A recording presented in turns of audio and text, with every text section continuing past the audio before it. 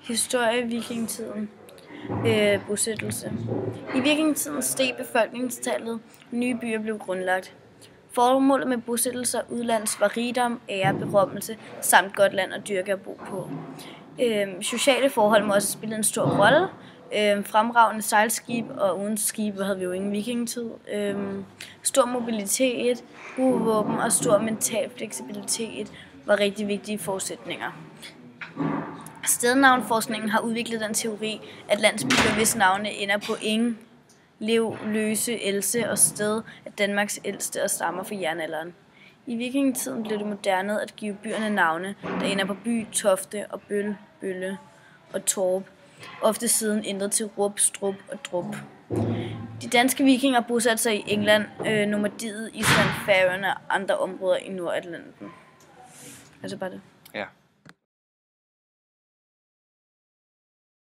Stop. Nej, bare klipper bare ud. Vores første kilde, det er nogle årsbøger fra Sankt Bertin, der er i Frankerriget og et munkekloster. Og kilden fortæller, hvordan de danske vikinger plyndrede og ødelagde områder omkring Nordfrankrig.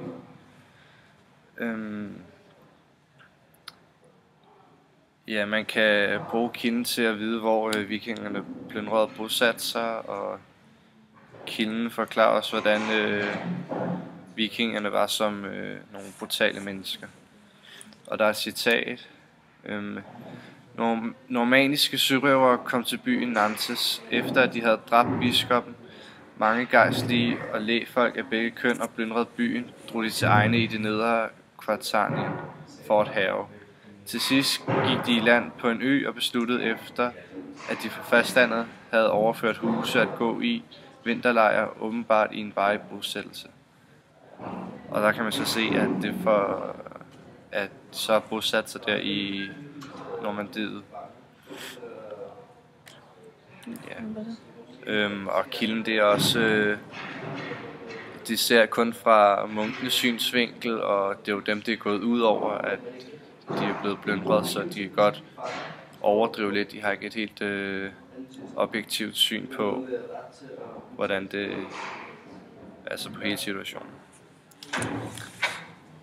Og så gør vi bare det. Den anden kilde, vi har, er et vikingportræt, der er skrevet af en arabisk diplomat, Ibn Fadlan. Han skriver om vikingerne og deres måde at være på. Og det handler om, at han var arabisk diplomat i Tyskland, og så vikingerne, og han synes, de var meget sådan brutale og urene, og de levede på en meget primitiv måde i forhold til ham selv. Og det fortæller også noget om, hvor vikingerne var henne, og hvordan andre folk ude i verden så på dem. Yeah.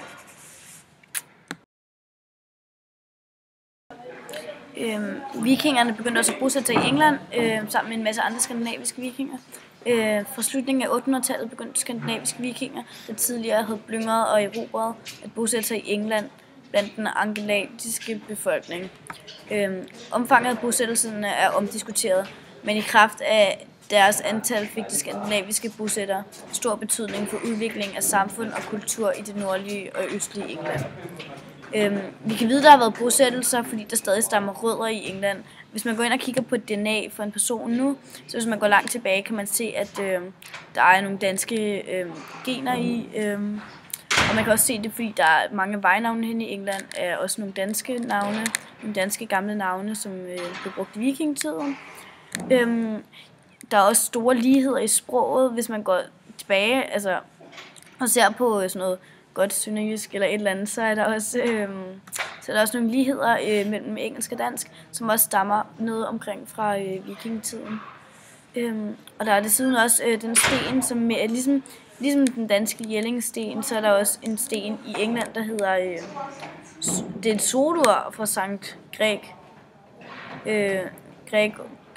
Gregory. Ja,